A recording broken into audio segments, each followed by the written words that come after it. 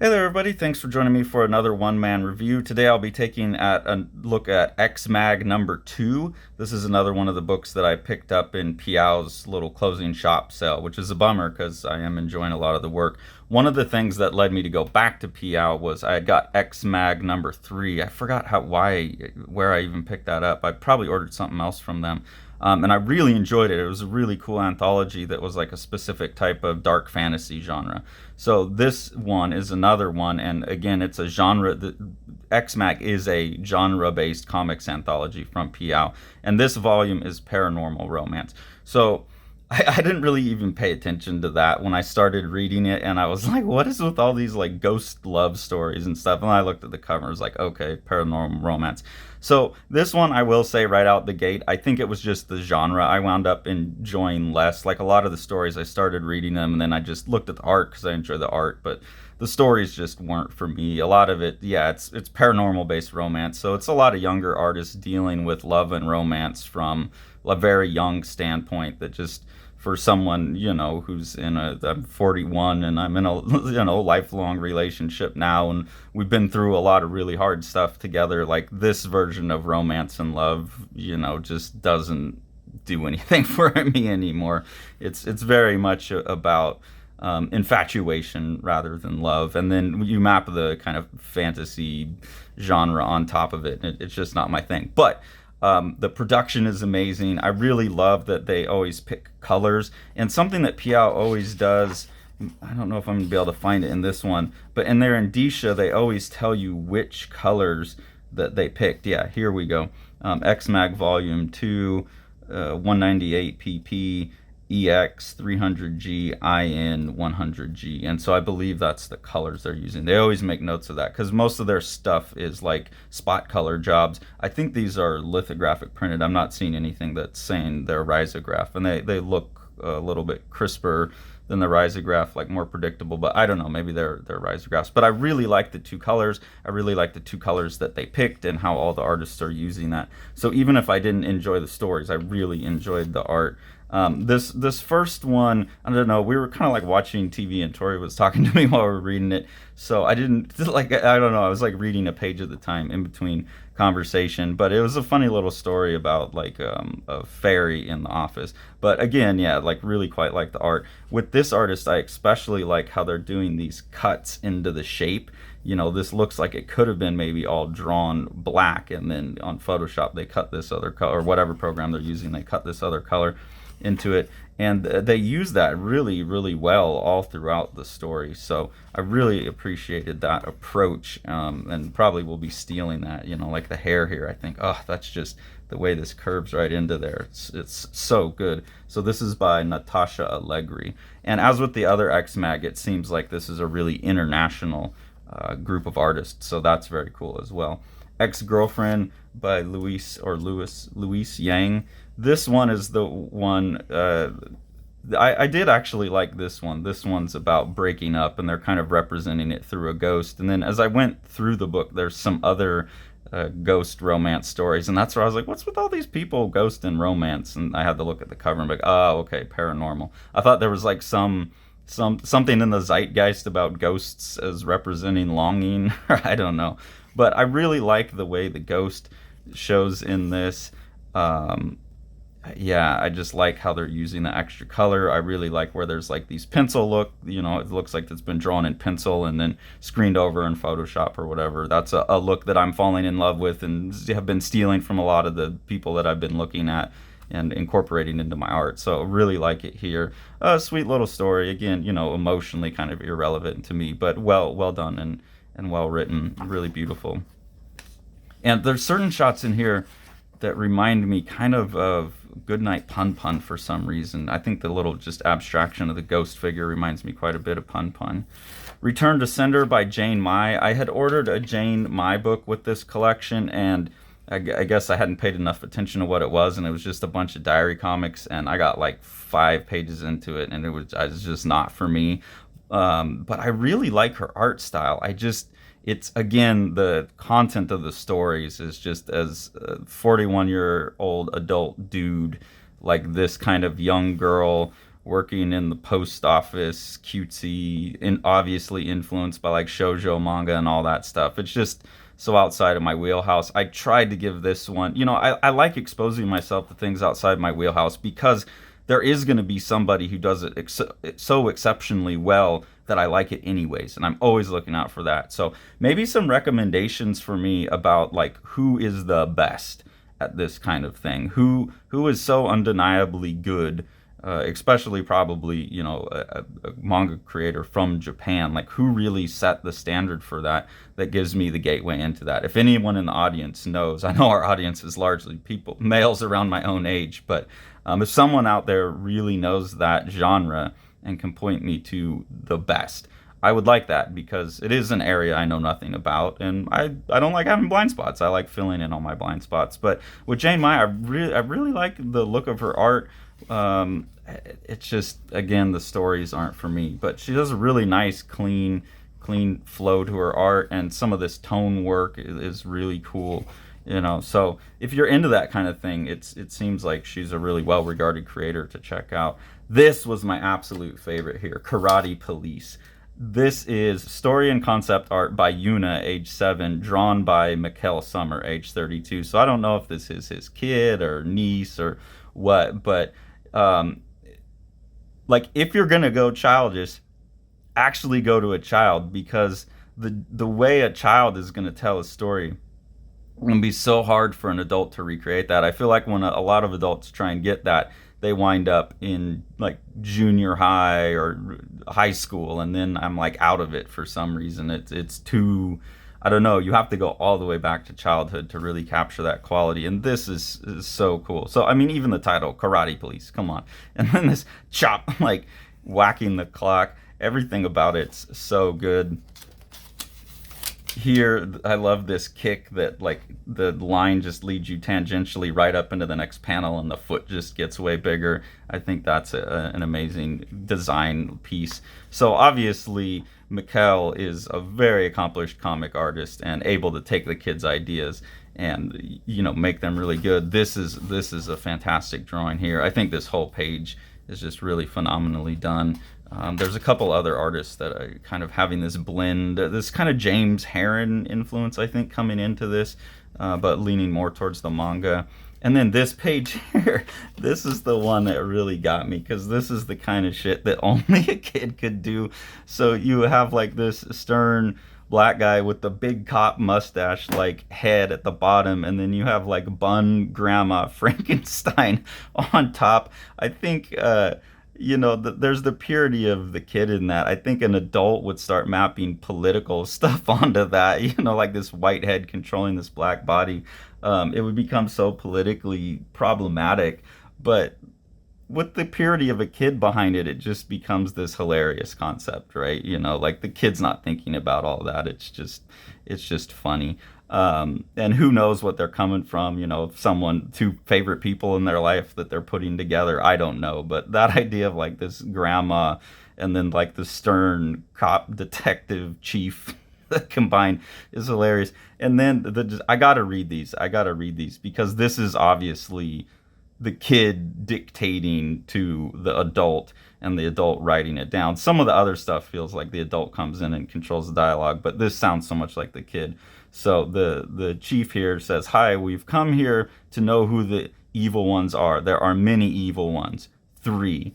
The first ones are the rocker people. They are dangerous. They can drive over many cars and people with their monster trucks. They are young, like teenagers. The leader is called Shundi." And then I'm assuming these have to be the child's drawings that were given to the adult to describe what the characters look like and stuff. So there's so much joy in that, because it's the purity of like the original joy of imagination. Like this creature here farting, this weird centipede creature. So that's the first one is rocker people are dangerous. The next evil in the world is the monster world. Only those who have a monster can go there. They come out of their town and would like everything to be theirs. They invent magic, poisonous potions, and tricks, and bite people. Those that are good at biting, that is. that is, if I could hear a 7-year-old saying that, like especially obviously this 7-year-old has a pretty good vocabulary, and that's just so funny to me. I love it. And then the last one is the Unicorn King. He himself says that he is the king. He would like the whole world to belong to him and for everyone to do what he says. He has many who work for him, animals and peoples and dogs. You have to be careful now and take the unicorn because he is the most dangerous one right now. He is making his fighting people ready. And I love all that. And if that isn't just a straight dictation of what the kid said, then Mikkel did an amazing job writing with the ear of a child. And I love it. And then they go and they have this big, crazy fight with all of these funny monsters that the kid obviously designed. And just like a disinterest on the unicorn's face. The king horse, is that king unicorn? I don't know. That story really brought me a lot. Still talking about it brings me a lot of joy. I love it. This one here, Eros Agape. Those are just, I don't know how, that's something you kind of hear a lot growing up in the church like I did. The two different types of love, Eros being romantic or erotic love, and Agape being the brotherly love between friends. There wasn't really a story here. There are a bunch of pinups. Some of them are pretty saucy, so I'm going to skip over it. Man in Passing by Jan Lee. This is the one where I was like, another ghost story.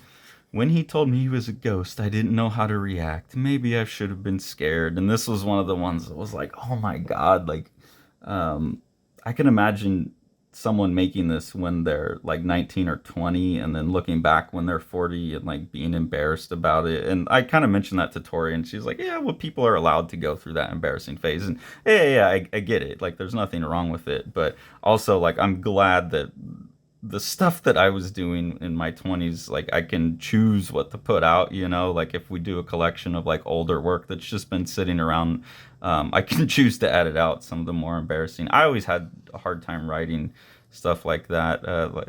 So I would start maybe, I'd be in some emotional state and I'd try and write something and it would just immediately sound too sappy anyways. So this one has really cute chibi art, but it got me wondering. That was the one where I was wondering, what's with this repeat of ghosts? And then obviously the paranormal thing made more sense. Occupational Hazard by Leslie Hung. I know Leslie Hung was involved with Brian Lee O'Malley's Snot Girl, which I really enjoyed when it was coming out. I think has done a couple other books since. This is another one where I got like 3 pages in and the story was not at all for me. This like anthropomorph, magic, romance, monster life stuff. Again, for that kind of thing, it would have to be exceptionally well done. And the art's great, but the writing just not for me. So obviously like some Sailor Moon kind of vibes and, just not my thing, but well drawn.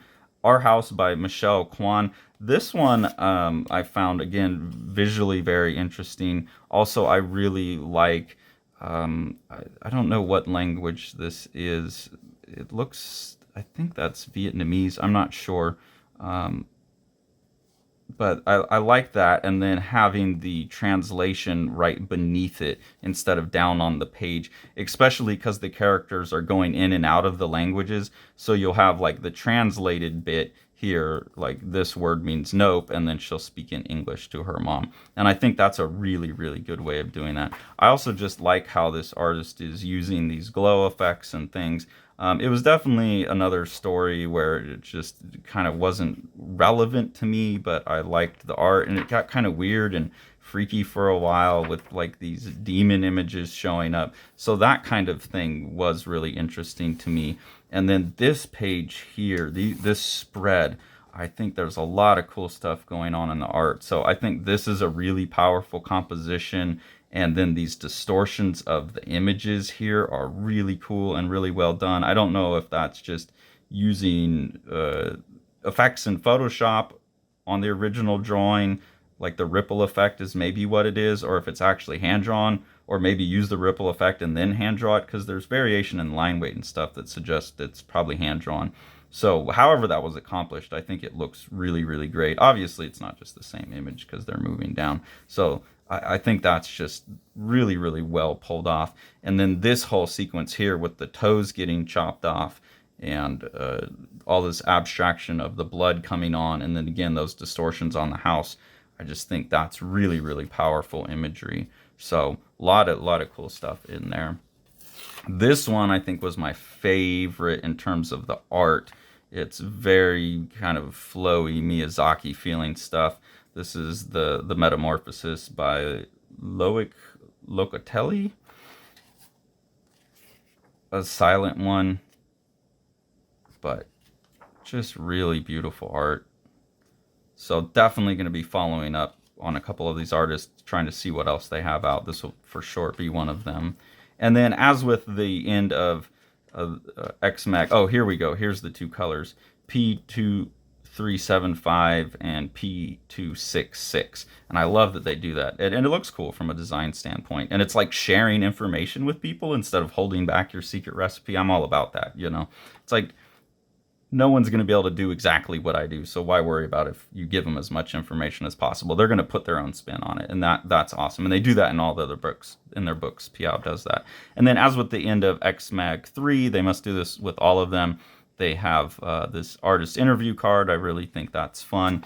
And in this one, they ask them, what paranormal creature would you fall in love, or could you fall in love with?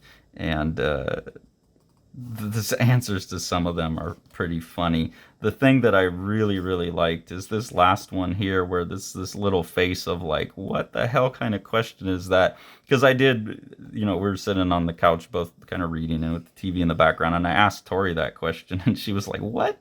Where's that coming from? I said, oh, it's from this book. And I think her answer was like a fairy, and I really struggled. I eventually said elf, and she told me that was cheating because it's like basically a human with pointy ears. I was like, yeah, that's the point. It's as closest to human as I could think.